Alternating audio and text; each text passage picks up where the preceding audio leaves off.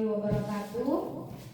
Selamat siang Bapak Guru yang saya hormati, Bapak Guru semua di sini yang sudah bersedia menginvestasikan waktunya untuk kita berkumpul di sini dalam menyebarkan budaya positif, yaitu menyebarkan pemahaman dan penerapan pengalaman budaya positif. Ini adalah aksi nyata. Kemudian konsep inti dari budaya positif itu yang pertama adalah perubahan paradigma belajar. Yang kedua, disiplin positif. Yang ketiga, nilai-nilai kebajikan. Yang keempat, kebutuhan dasar manusia. Kemudian motivasi perilaku manusia, posisi kontrol guru, keyakinan kelas, dan segitiga restitusi. Inilah konsep-konsep inti dari budaya positif yang akan kita pahami dan kita laksanakan dalam pembelajaran di kelas agar tercipta suasana yang nyaman dan aman bagi siswa-siswa kita dan belajar, dan tentunya nanti akan membuat siswa-siswa kita menjadi bersemangat dan bahagia dalam mencapai pendidikannya di sekolah kita ini. Seterusnya, inilah pemaparan mengenai pembelajaran dengan paradigma. Pembelajaran dengan paradigma baru merupakan pembelajaran yang dirancang berdasarkan prinsip pembelajaran berdiferensiasi, sehingga para peserta didik belajar sesuai kebutuhannya berdasarkan tahapan perkembangan sesuai teori psikologi modern untuk mewujudkan profil pelajar Pancasila. Di sini kita menerapkan prinsip pembelajaran berdiferensiasi yang artinya kita harus mengetahui latar belakang siswa-siswa kita, baik itu minat dan bakatnya, kemudian bagaimana cara dia belajar, cara yang bagaimana yang cocok untuk siswa per individu-individunya. Kita tidak bisa menyamakan semua peserta didik kita karena kebutuhan dan kemampuan dari peserta didik kita itu berbeda-beda.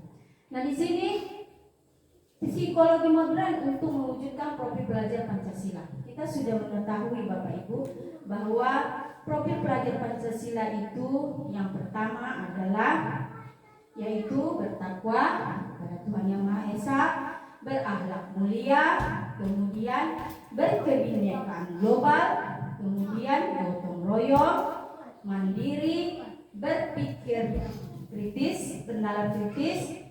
Nah, itu semua dapat diwujudkan apabila kita Bapak dan Ibu guru di sekolah ini saling berkolaborasi untuk mewujudkan profil pelajar Pancasila tersebut.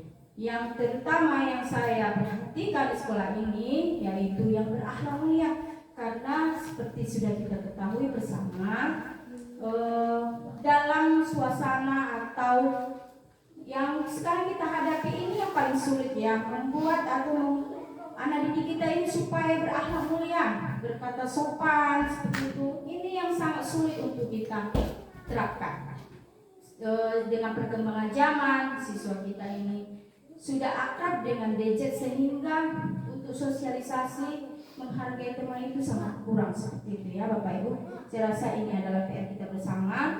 Ini akan terwujud kalau kita semuanya saling berkolaborasi, berbagi pengalaman, berbagi ilmu bagaimana cara mengatasi masalah-masalah yang kita hadapi dalam pembelajaran yang ada pada sekolah kita.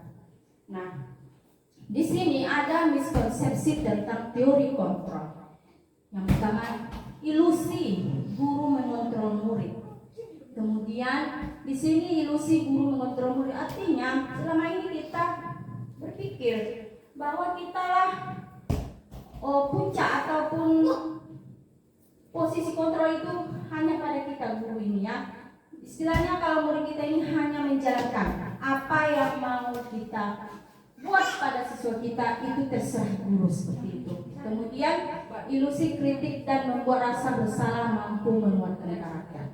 Nah, di sini kita beranggapan, berhalusinasi selama ini bahwa Kalau kita membuat siswa kita ini merasa bersalah, nah ini akan memotong karakter, padahal tidak ya. Mungkin dia akan kecewa, mungkin dia merasa, oh saya sudah mengecewakan ibu guru, akan pesimis seperti itu. Jadi tidak sebenarnya dalam posisi kontrol membuat murid kita merasa bersalah kepada kita itu kurang baik sebenarnya. Tapi selama ini mungkin kita pernah membuat murid kita seperti itu, yang berakibat tidak bagus ya Bapak Ibu. Ilusi bahwa semua perbuatan positif efektif dan bermanfaat. Maksudnya ini perbuatan positif itu seperti memberi hadiah, memberikan seperti imbalan kepada siswa adalah efektif menurut kita ya dan bermanfaat. Sebenarnya tidak. Karena seandainya lah kita nanti tidak lagi memberi anak-anak ini hadiah atau memberikan imbalan seperti yang sudah kita lakukan sebelumnya, dia akan kembali kepada permasalahan yang sebelumnya. Mungkin dia tidak akan acuh lagi seperti itu ya, tidak akan membuat jerah. Apalagi nanti saya membuat ibu guru yang lain tidak, nanti sama guru tertentu dia akan menurut, sedangkan pada guru yang tidak memberikan hadiah atau imbalan ini dia tidak akan menurut. Nah kemudian ilusi atau khayalan kita bahwa orang dewasa berhak memaksa. Selama ini kan kita tidak mendengar apa yang diutarakan oleh murid kita. Pokoknya kita guru atau orang dewasa yang berhak memaksa apa yang kita kehendaki, harus itulah yang dikerjakan oleh siswa kita. Kita tidak memberikan pilihan-pilihan kepada mereka. Kita tidak mendengarkan isi hati mereka. Kita tidak mau mendengarkan alasan-alasan dari siswa kita. Nah, itulah bahwa kita selama ini berhayal atau berhalusinasi bahwa orang dewasa lah yang berhak memaksa anak-anak. Sedangkan kita orang dewasa ataupun guru tidak mau tahu apapun alasannya seperti itu. Nah, kemudian mengubah paradigma stimulus respon ke pendekatan teori kontrol. Nah, di sini stimulus respon, realita atau kebutuhan kita sama. Kita menganggap bahwa semua manusianya atau semua murid-murid ini sama kebutuhannya. Sedangkan dalam teori kontrol, realitas atau kebutuhan kita berbeda-beda. Jadi begitu juga dengan siswa kita. Tidak semuanya sama kebutuhannya, tidak semuanya sama apa yang dibutuhkan, apa solusi yang dibuat tidak sama. Yang kedua, semua orang melihat hal yang sama. Sedangkan teori kontrolnya, setiap orang memiliki gambaran yang berbeda. Misalnya dalam pembelajaran anak didik kita, dalam memberikan pendapat atau memberikan jawaban daripada pembelajaran kita, terkadang kita harus itu jawabannya. Beda kalau matematika nggak boleh ya. Misalnya 12 kali 2 ya harus 24 1. Kalau seperti pendapat, kita tidak boleh menyalahkan pendapat dari anak-anak kita karena gambaran dari setiap orang itu berbeda, tidak sama. Kita tidak boleh menyamakan pandangan setiap orang. Kemudian kita mencoba mengubah orang agar berpandangan sama dengan kita. Sedangkan teori kontrolnya, kita berusaha memahami pandangan orang lain tentang dunia. Nah, menurut kita salah, belum tentu menurut orang lain salah. Kita tidak boleh mengubah orang lain seharus sepemikiran dengan kita. Itu tidak boleh. Teori kontrolnya itu bahwa orang lain itu memahami pandangan tentang dunia itu berbeda. Mungkin dia memandang dari sisi yang lain. Jadi tidak boleh kita memandang dari hanya satu sisi saja. Perilaku buruk dilihat sebagai suatu kesalahan. Sedangkan teori kontrol yang harus kita pahami adalah semua perilaku memiliki tujuan. Jadi anak-anak kita pun seperti itu. Misalnya dia ada permasalahan, misalnya tidak memiliki alat-alat belajarnya, misalnya pensil seperti itu ya. Kita kan sudah, kenapa kamu tidak membawa pensil? Itu kan memang suatu kebutuhan dia, memang harus dibawa kan seperti itu. Tanpa mungkin kita lihat dulu latar belakang apa alasan anak ini, kenapa pensilnya tidak ada. Mungkin hilang diambil temannya, ataupun mungkin tertinggal. Nah, kita harus melihat seperti itu.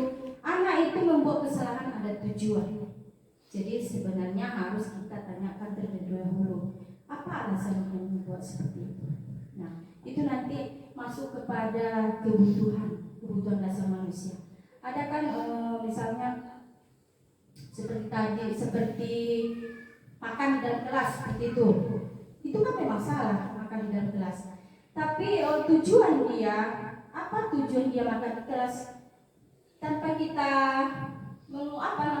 melihat latar belakangnya, langsung kita itu salah. Nah, sebenarnya itu tidak boleh.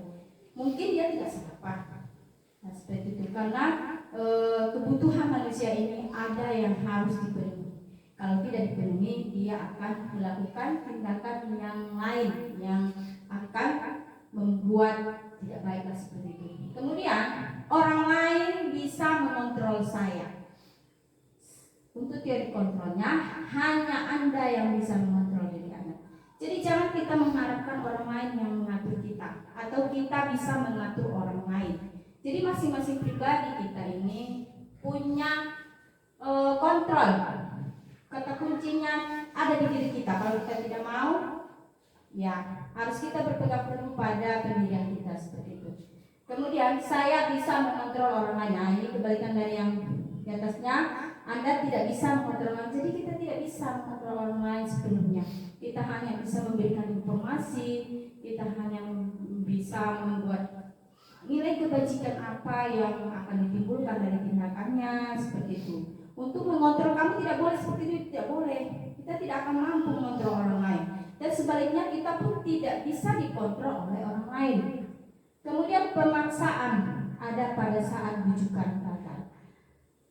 Nah, pemaksaan ada pada saat bujukan gagal ini kita sudah membujuk, sudah kita ini begini kita janjikan apa yang menurut kita mampu membujuk anak ini, ternyata gagal. Jadi kita paksalah, marahlah kita kan seperti itu. Nah, bagaimana teori kontrolnya? Teori kontrolnya yang di sini kolaborasi dan konsensus menciptakan pilihan-pilihan baru. Jadi kita berdialog. Sebenarnya bagaimana ini? Apa yang menurut bagus? Jadi kita kasih pilihan-pilihan. Jangan kita karena bujukan gagal kita kita hukum sesuai dengan pikiran kita tanpa kita buat pilihan-pilihan kepada anak tersebut.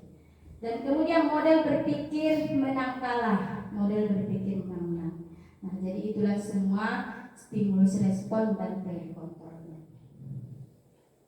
Disiplin positif. Disiplin berasal dari kata disiplin yang artinya belajar. Disiplin mengacu pada disiplin diri yang memiliki tanggung jawab terhadap apa yang dilakukannya berdasarkan nilai-nilai yang diyakini. Jadi kalau sudah kita meyakini nilai-nilai apa yang kita dapatkan dari tindakan yang kita lakukan ini, disinilah nanti akan terjadi disiplin diri yang ada pada diri sendiri. Kemudian disiplin positif merupakan salah satu cara penerapan disiplin yang bertujuan untuk menumbuhkan kesadaran serta memberdayakan peserta didik tanpa imbalan, penghargaan atau reward, ancaman atau hukuman. Jadi kalau sudah ada tertanam disiplin positif, anak ini dengan sendirinya akan melakukan nilai-nilai kebajikan yang ada pada tindakan-tindakan yang dilakukan ini tanpa dia nanti saya kalau nilainya bagus nanti dapat hadiah, tanpa memikirkan itu lagi. Jadi sudah ada tertanam dalam dirinya disiplin positif, tidak akan lagi melihat apa yang akan dikasih atau apa yang akan nanti kalau saya datang terlambat saya akan hukum. Tidak lagi seperti itu, karena nilai-nilai positif sudah tertanam di dirinya bahwa disiplin itu sangat penting, sangat bagus seperti itu.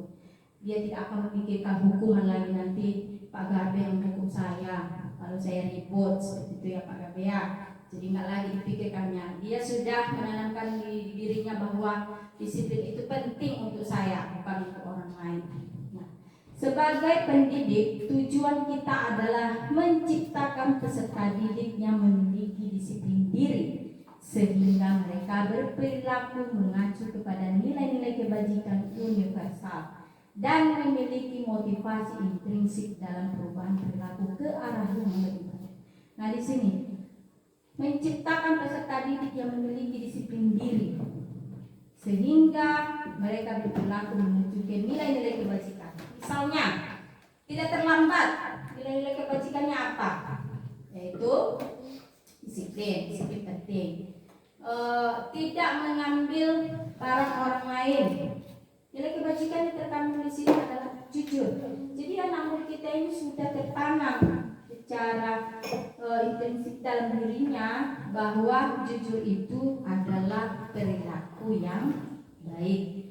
Jadi tanpa dia lagi memandang nanti hukuman. Kalau saya nanti mengambil pensil kawan, dihukum nanti sama Pak Erwin. Tidak seperti itu lagi, karena sudah ada tertanam nilai-nilai kebajikan dalam dirinya bahwa jujur itu adalah hal yang sangat bagus seperti itu. Misalnya nanti tidak memakai seragam lengkap ke sekolah, tidak pakai sepatu, anak-anak didik kita nasinya Bapak Ibu nggak pakai sepatu, atau bajunya harusnya pakai batik, pakai pramuka, padahal sudah ada hari-harinya. Nah, di sini tertib. Jadi nilai kebajikannya apa? Tertib, yaitu atau bertanggung jawab pada dirinya, menghargai dirinya, seperti itu. Tidak lagi memikirkan nanti Pak Ipul yang akan nanti dihukum Pak Ipul kalau saya nggak pakai sepatu. Itu lagi, karena dia sudah menghargai dirinya. Berpakaian rapi itu adalah hal yang bagus, hal yang penting untuk dilakukan oleh seorang siswa. Itu ya Bapak Ibu ya. Nilai-nilai kebajikan. Nah, nilai-nilai kebajikan yang disepakati bersama lepas dari suku, bangsa, agama, bahasa maupun latar belakangnya. Jadi nilai-nilai kebajikan yang ditimbulkan ini bersifat universal. Kita tidak boleh membeda-bedakan suku, bangsa, agama, bahasa maupun latar belakang. Seperti sekolah kita, suku bangsa kita di sini bermacam-macam, berbeda-beda. Ada suku Jawa, suku Batak, suku Nias. Jadi nilai-nilai kebajikan yang diambil haruslah bersifat universal. Agama seperti itu. Jadi jangan kita mengambil nilai kebajikan hanya pada agama tertentu, karena di sini warga sekolah macam-macam agamanya. Itu. Nah, contoh nilai kebajikan atau institut atau organisasi. Nah, pelajar Pancasila ini yang sekarang lagi semangat ya untuk kita wujudkan profil pelajar Pancasila, yaitu beriman dan bertakwa kepada Tuhan Yang Maha Esa, berakhlak mulia, berkebinekaan global, gotong royong, mandiri, kreatif, dan bernalar kritis. Nah, di sekolah kita inilah yang kita pakai seperti yang mau kita wujudkan kepada anak didik kita supaya tercapailah tujuan pendidikan untuk membahagiakan siswa kita setinggi-tingginya. Nah, ini ada contoh nilai kebajikan dari Ibu Primeria program, yaitu toleransi, rasa hormat, integritas, mandiri, menghargai, antusias, empati, keingintahuan, kreativitas, percaya diri, dan komitmen. Kemudian keterampilan hidup atau life skill, dapat dipercaya, lurus hati, pendengar yang aktif, tidak merendahkan orang lain, dan memberikan yang terbaik dari diri. Ini contoh-contoh ya Bapak Ibu, kalau kita profil pelajar Pancasila lah yang mau kita wujudkan. Nah, di sini kebutuhan dasar manusia. Kebutuhan dasar manusia adalah segala sesuatu yang kita lakukan untuk mendapatkan apa yang kita inginkan. Seluruh tindakan yang kita lakukan memiliki tujuan tertentu, dan semua usaha terbaik yang kita lakukan adalah dalam rangka agar kebutuhan dasar kita terpenuhi dengan baik. Kebutuhan dasar inilah yang dipenuhi, yang harus dipenuhi. Kalau tidak, ada tindakan-tindakan yang menyimpang, kadang-kadang menyimpang dari perbuatan yang baik ya. Ada 5 kebutuhan dasar manusia. Yang pertama bertahan hidup, yaitu makan, pakaian, tempat tinggal, keamanan dan kesehatan. Nah, kita ini kebutuhan dasar bertahan hidup. Semua kita manusia ini harus memenuhi kebutuhan ini, kebutuhan hidup. Kalau kita tidak makan, bagaimana kita datang ke sekolah? Baik siswa maupun gurunya tidak akan efektif dalam melaksanakan pembelajaran kalau lapar, kalau tidak makan. Pakaian, kita perlu pakaian, tempat tinggal, keamanan dan kesehatan. Kalau kita tidak aman, kita tidak akan bisa belajar.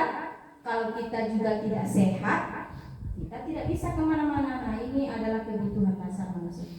Kemudian kasih sayang dan rasa diterima. Saya rasa semua orang punya kebutuhan ini. Rasa diterima. Kita tidak akan nyaman kalau kita tidak diterima oleh orang lain atau lingkungan sekitar kita. Kerjasama menjadi bagian dalam kelompok. Nah, kerjasama ini Bapak Ibu, kalau kita di sekolah ini tidak saling bekerja sama antara warga sekolah ini, siswa, guru, kepala sekolah, masyarakat sekitar, tukang kantin, kalau ada sapam, tata usaha, itu adalah warga sekolah. Jadi kalau kita tidak merasa diterima di lingkungan sekolah, kebutuhan kasih sayang kita tidak akan terpenuhi. Kemudian penguasaan, harga diri, keinginan untuk dianggap, memimpin, berprestasi, diakui atau didengar. Setiap orang ingin atau punya harga diri yang ingin dianggap. Kalau kita sebagai guru gak dianggap dengan rekan sejawat kita, bagaimana perasaan? Nah, atau kita sebagai guru gak dianggap oleh murid, kan tidak pas. Nah, inilah memang kebutuhan kita ini. Berprestasi, diakui, didengar. Kita sebagai guru juga harus bisa mendengarkan siswa-siswa kita. Begitu juga dengan teman-teman sejawat. Kemudian kebebasan. Kebebasan ini terdiri dari mandiri, memiliki pilihan, mencoba hal baru, mampu mengendalikan arah dirinya. Mandiri. Jadi semua kita harus bisa mandiri. Kebutuhan kita itu mandiri. Jadi kita tidak bisa tergantung terus sama orang lain. Kemudian memiliki pilihan. Kita tidak bisa hidup tanpa pilihan. Kita punya pilihan sendiri dalam hidup. Kita bisa memilih apa yang kita mau, asalkan dalam hal yang masih dalam garis koridor yang bagus ya. Kemudian mencoba hal baru. Setiap orang kepingin mencoba hal baru, mampu mengendalikan arah dirinya. Dan yang terakhir, yang kelima, yaitu kesenangan, yaitu bermain, humor, antusiasme, tertawa. Apalagi kesenangan ini, semua punya kebutuhan kesenangan. Kita punya orang dewasa punya kebutuhan untuk senang. Ya, kita liburan, itu kan kesenangannya Pak Gabe ya. Mungkin serius-serius saja kita. Apalagi anak murid kita, kebutuhan kesenangan ini pada masa umuran siswa-siswa kita ini sangat kebutuhan mendasar. Saya rasa ini bermain, apa saja bermain. Makanya kita kalau belajar, kalau bisa ada permainannya, belajar sambil bermain. Humor, antusiasme dan tertawa. Nah, kita kan senang tertawa. Jadi kadang-kadang kita main aja seperti itu. Padahal itu memang kebutuhan masa anak-anak kita sekarang. Bermain itu sangat kebutuhan lah untuk siswa kita. Tertawa, mereka sering tertawa. Nah, ada motivasi perilaku manusia. Ada 3 motivasi perilaku manusia. Yang pertama, untuk menghindari ketidaknyamanan atau hukuman. Nah, untuk menghindari ketidaknyamanan atau hukuman ini, misal siswa kita ini pergi sekolah bukan berdasarkan supaya mencari ilmu, supaya banyak ilmunya, bukan seperti itu. Nah, kebanyakan mungkin dia pergi sekolah supaya tidak dihukum, baik dihukum di rumah sama orang tua ataupun di sekolah. Nah, ini motivasi perilaku manusia ini masih motivasi dari luar, intrinsik ya. Dia melakukan sesuatu itu karena merasa tidak nyaman atau menghindari supaya nggak dimarahi orang tua. Itu jangan mencuri. Nah, dia berpikir nanti kalau mencuri saya dihukum, nanti dimarahkan, nah seperti itu. Kemudian yang kedua, motivasi perilaku manusia ini adalah untuk mendapatkan imbalan atau penghargaan dari orang lain. Nah, seperti tadi, kalau saya rajin nanti beres-beres rumah, nanti dikasih jajan sama mama. Kalau nggak saya sapu rumah ini, nanti nggak dikasih jajan. Itu kan imbalan ya. Kalau nanti saya ini bagus matematikanya ini, nanti dikasih hadiah. Kalau juara saya nanti dapat hadiah. Itu masih motivasi dari luar atau intrinsik. Yang ketiga adalah untuk menjadi orang yang menginginkan dan menghargai diri sendiri dengan nilai-nilai mereka percayai. Nah, inilah motivasi yang bagus yang datang dari dirinya sendiri tanpa mengharapkan imbalan dari orang lain, tanpa dia kena hukum tadi seperti itu. Jadi dia percaya kalau dia melakukan sesuatu itu nanti adalah bagus untuk dirinya sendiri, bermanfaat untuk dirinya. Selanjutnya ini adalah macam-macam contoh dari hukuman, konsekuensi dan restitusi. Kalau hukuman itu ciri-cirinya tidak terencana tiba-tiba. Nah, tidak terencana, misalnya ada siswa kita terlambat. Kenapa kamu terlambat seperti itu? Ya Pak, mungkin dia terlambat bangun seperti itu. Tiba-tiba kita, ayo bersihkan kamar mandi. Nah, itu kan hukuman yang kita berikan itu tanpa sepengetahuan dia. Kita membuat hukuman itu secara tiba-tiba. Pas terlambat, kita suruhlah dia membersihkan kamar mandi atau keliling lapangan 5 kali. Itu kan sebelumnya dia tidak tahu kalau dia terlambat nanti akan dihukum seperti itu. Murid tidak tahu apa yang akan terjadi atau tidak dilibatkan bersifat satu arah berupa hukuman fisik atau psikis. Nah, itulah bentuk dari hukuman yang menurut kalau kita di posisi murid ini akan merugikan kan, karena tidak tahu hukuman apa yang akan diberikan bapak guru kita di sekolah.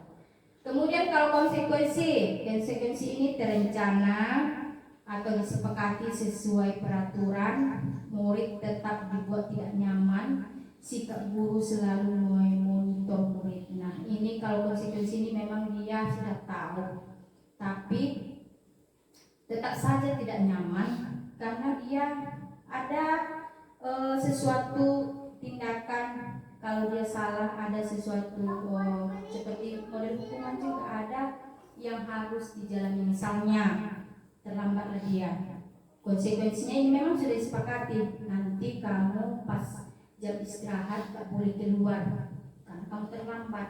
Nah, itu konsekuensinya, tapi kan dia tetap saja tidak nyaman. Nah, yang ketiga restitusi. Nah, restitusi ini proses menciptakan kondisi bagi murid untuk memperbaiki kesalahan. Proses kolaboratif yang mengajarkan murid untuk mencari solusi sendiri. Di sini kita sudah seperti berdialog, Bapak Ibu ya, menciptakan kondisi murid memperbaiki kesalahan. Jadi dia sendiri yang akan berpikir untuk memperbaiki kesalahannya supaya tidak terjadi lagi. Nah, kemudian solusi-solusi yang akan dia dapatkan di sini bisa dia komunikasikan dengan kita. Jadi solusi-solusinya ini muncul dari kolaborasi tadi. Kita tanyakan, menurut kamu apa ya solusi yang bagus untukmu? Jadi kalau kita memberikan solusi ini hanya berpihak pada kita sendiri, nanti murid kita mungkin tidak pas pada dirinya ya. Nah, kemudian ada 5 posisi kontrol guru, yaitu yang pertama, guru sebagai penghukum. Itulah tadi ya Bapak Ibu, dia secara tiba-tiba hukumannya. Tidak tahu murid kita ini. Sebenarnya kalau saya terlambat nanti hukumannya apa? Nggak tahu tiba-tiba. Kemudian pembuat merasa bersalah. Pembuat merasa bersalah ini kita posisinya menyalahkan murid. Jadi dia ada rasa penyesalan. Seperti itu ya. Kemudian sebagai teman, sebagai pemantau, dan sebagai manajer. Ini ada contoh penerapan 5 posisi kontrol guru. Kasusnya, siswa tidak memakai atribut lengkap saat upacara bendera. Tidak memakai seragam lengkap yaitu sepatu di sekolah. Kenapa?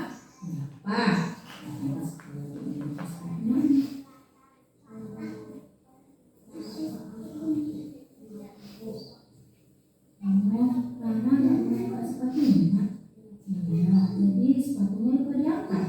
Terus lupa diangkat, ternyata hujan turun. Seperti itu jadi Rara datang ke sekolah karena sepatunya basah, lupa diangkat. Seperti itu nak. Oke.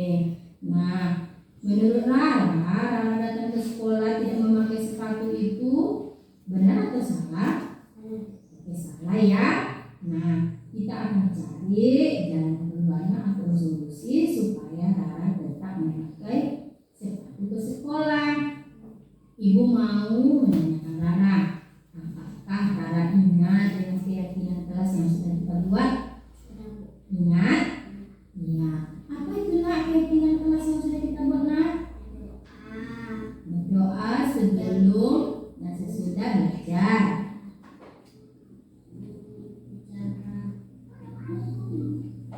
Kebersihan, oke, jujur, tertib. Nah, menurut Rara tidak memakai sepatu sudah melanggar keyakinan kelas yang tertib itu ya.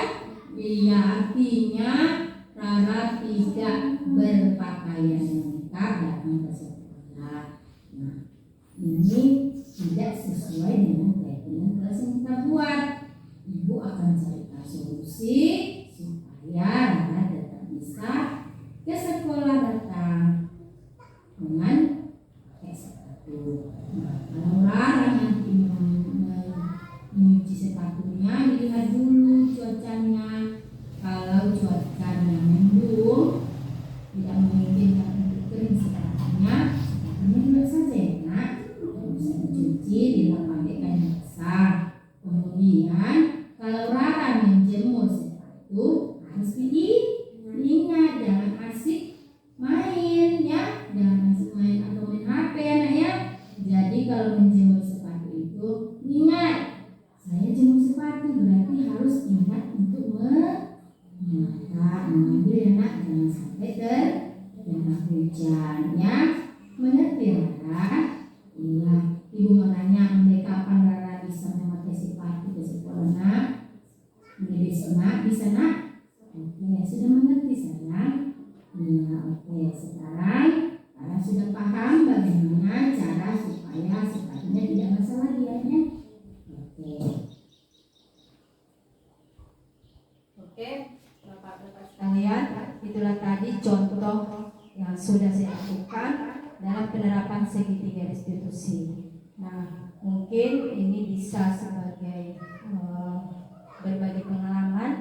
Begitulah caranya kita stabilkan dulu identitasnya, kita validitas dulu kesalahan, kemudian kita tanyakan keyakinan kelas dan solusi-solusi yang harus kita berikan kepada siswa kita agar tidak mengulangi lagi kesalahannya kemudian hari.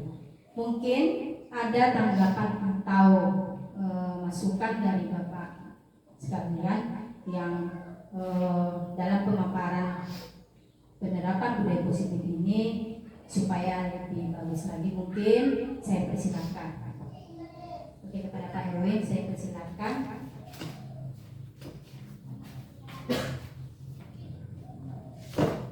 Yes. Terima kasih saya ucapkan kepada Ibu Rafika Pasaribu telah memaparkan materi mengenai budaya positif di sekolah kita ini. Pertama sekali saya ingat bahwa mungkin yang disampaikan oleh Ibu Rafika sudah sering dilaksanakan oleh Bapak Ibu di sekolah. Namun mungkin kadang belum pas susunannya sesuai dengan yang dijelaskan oleh Ibu Rafika tadi. Nah, di sini dari materi yang Ibu sampaikan, kami sebagai guru bisa menarik pada diri kami bahwa selama ini pembelajaran yang kami lakukan menurut kami sudah benar, tetapi kadang yang setelah yang disampaikan oleh Ibu Rafika ternyata kami memaksakan kehendak kami, membuat peraturan yang kami buat sendiri tanpa harus berdiskusi dengan siswa. Ternyata supaya terdapat perkembangan atau pembelajaran yang bahagia bagi murid itu, kita harus berdiskusi rupanya dengan siswa. Kita mengambil kesepakatannya secara bersama. Nyatanya berarti siswa sangatlah memegang peran penting atas kesepakatan yang ada di setiap kelas. Selama ini kita berikan kesepakatan, dilanggar kita kasih hukuman. Tetapi sebenarnya itu tidak sangat bagus untuk dilakukan oleh seorang guru.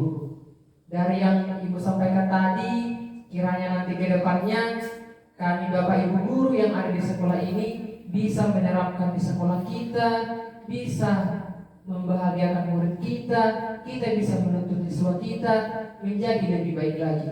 Semoga dengan adanya aksi nyata budaya positif ini bisa berjalan dengan bagus dan tercapailah pendidikan sesuai dengan profil pelajar Pancasila dan sesuai dengan pemikiran KHD bahwa kita tidak boleh menuntut siswa tetapi menuntut sesuai dengan kodrat dan zamannya. Terima kasih Ibu atas materinya. Semoga materi ini bermanfaat bagi kita semua. Terima kasih.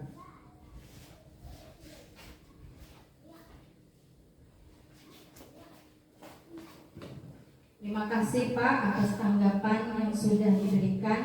Dengan pemaparan ini menerapkan budaya positif di sekolah, harapan kita bersama ini bisa kita wujudkan dengan menjalin kolaborasi antara guru, siswa maupun warga sekolah agar tercapailah cita-cita pendidikan sesuai dengan profil pelajar Pancasila seperti yang disampaikan oleh Pak Erwin, kemudian pemikiran Ki Hajar Dewantara. Mungkin cukup sekian pertemuan kita hari ini. Semoga kedepannya kita bisa melaksanakan, kemudian membawa manfaat untuk kita terapkan di sekolah. Cukup sekian. Assalamualaikum warahmatullahi wabarakatuh.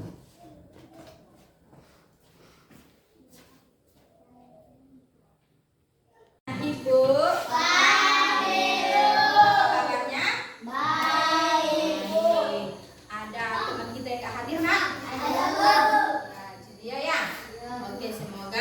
Bisa besok bersama-sama kita di sini belajar ya Nak ya. Nah, di sini hari ini Ibu akan mengajak kalian semua untuk membuat keyakinan kelas. Nah, biasanya peraturan ya Nak ya, peraturan kelas ya. Jadi peraturan kelas itu ada perbedaan sedikit dengan keyakinan kelas. Kalau peraturan kelas biasanya dibuat sekolah ya atau guru yang membuat. Jadi itu harus diikuti tanpa kalian dilibatkan untuk membuat apa-apa saja yang menjadi peraturan. Sedangkan keyakinan yang membuat keyakinan kelas itu kita bersama dan kita juga yang akan melaksanakan. Nah, bagaimana cara membuat keyakinan kelas ini? Kamu di sini Ibu tuntun berpikir untuk mengingat atau membuat kira-kira apa yang kamu inginkan di kelas ini. Temannya bagaimana, gurunya bagaimana, kemudian apa yang harus kita lakukan di kelas kita, ya seperti itu ya Nak ya. Nah, kamu sekarang membayangkan apalah yang penting yang harus kita buat di kelas kita. Untuk itu, Ibu sudah membagikan kertas kepada kalian untuk ditulis kira-kira apa yang akan kalian inginkan supaya kelas kita tertib, aman, dan kita di dalam merasa bahagia mengikuti pembelajaran. Nah, silakan ayo anak-anak Ibu, silakan ditulis apa kira-kira yang akan kamu inginkan supaya kelas kita ini nyaman, kita bahagia untuk menjalani pembelajaran kita ya. Oke? Ya. Ayo belum apa Tipen? Oke, udah Gisel? Oke, Gisel dulu.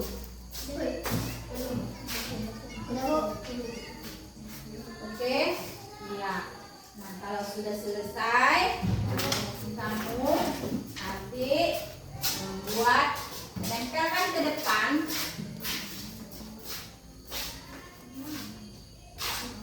Ayo gantian ya nak.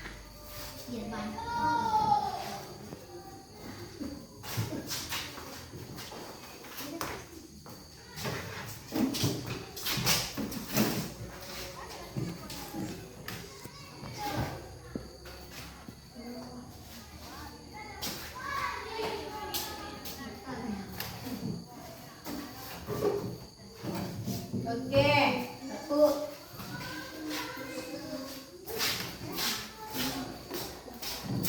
Ya, ayo. Nah. Di sini si Gisel ada membuat tidak makan di dalam kelas. Berarti nilai kebajikan yang terkandung di sana tidak makan dalam kelas itu tertib ya nak ya. Ya, artinya kita harus menghormati teman, tertib.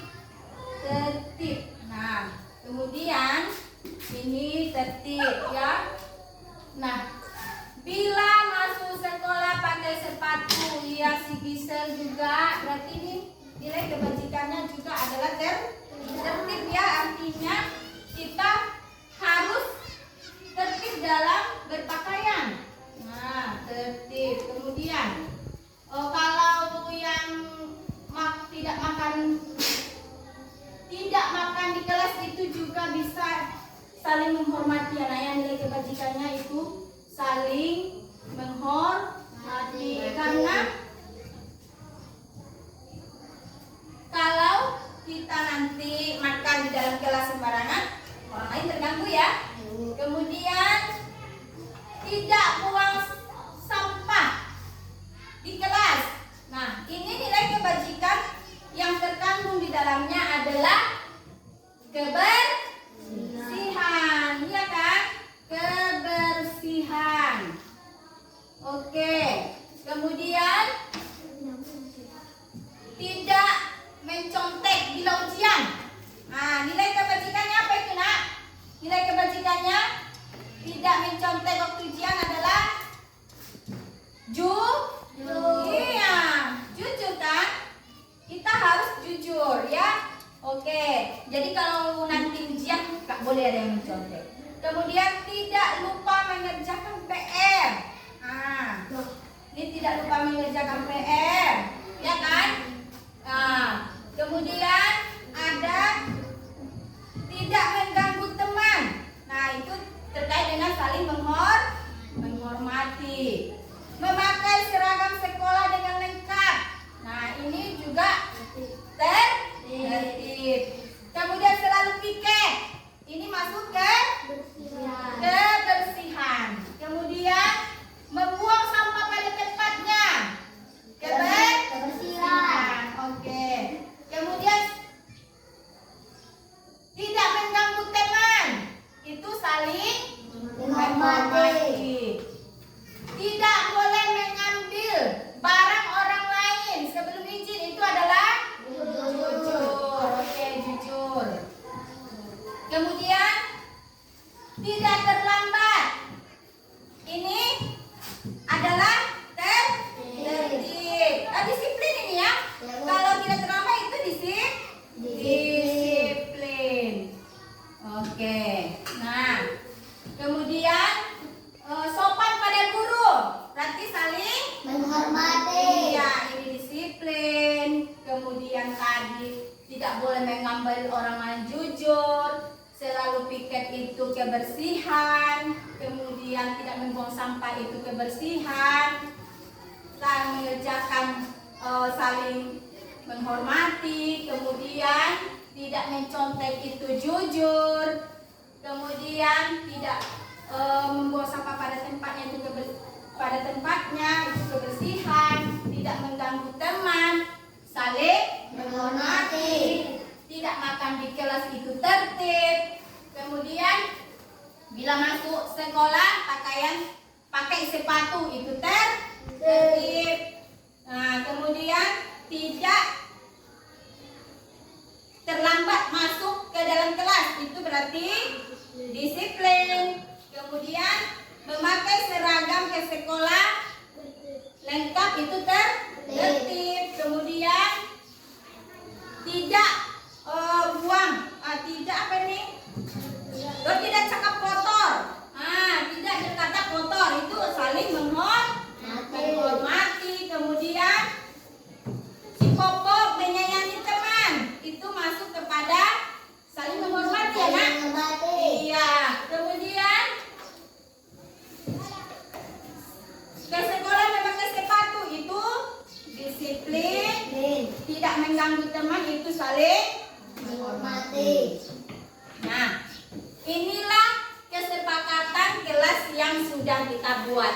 Berarti kita di kelas ini harus yang pertama adalah tertib, kemudian saling menghormati, menjaga kebersihan, dan harus jujur. Kemudian disiplin. Dari kesepakatan yang sudah kita buat, kita harus melaksanakan. Bisa dipahami anak ibu? Bisa nanti dilaksanakan? Iya. Untuk itu nanti kita buat tanda tangan agar kamu di sini bisa melaksanakan dengan baik. Dan ingatlah, setiap tindakan yang kamu lakukan di kelas harus mengingat nilai-nilai kebajikan yang sudah kita buat, ada 5. Sekarang keyakinan di kelas kita sudah ada. Ibu panggil satu-satu ke depan. Ayo, mulai dari Popo, mulai dari Tipen, ayo nak, di sini tanda tangannya nak. Tipen, oke.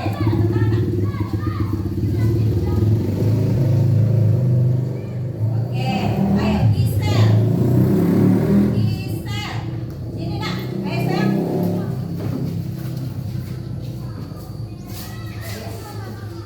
Gisel. Popo, ayo sayang.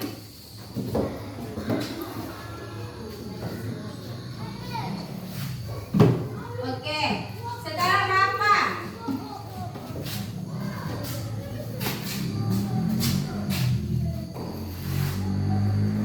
Aisyah.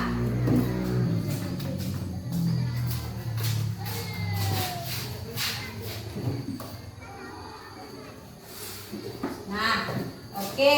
Sekarang sudah ada keyakinan kelas, kemudian kita sudah membuat kesepakatan dan sudah kamu tanda tangani. Artinya kita nanti akan melaksanakan sesuai dengan keyakinan yang kita buat bersama. Bisa anak ibu?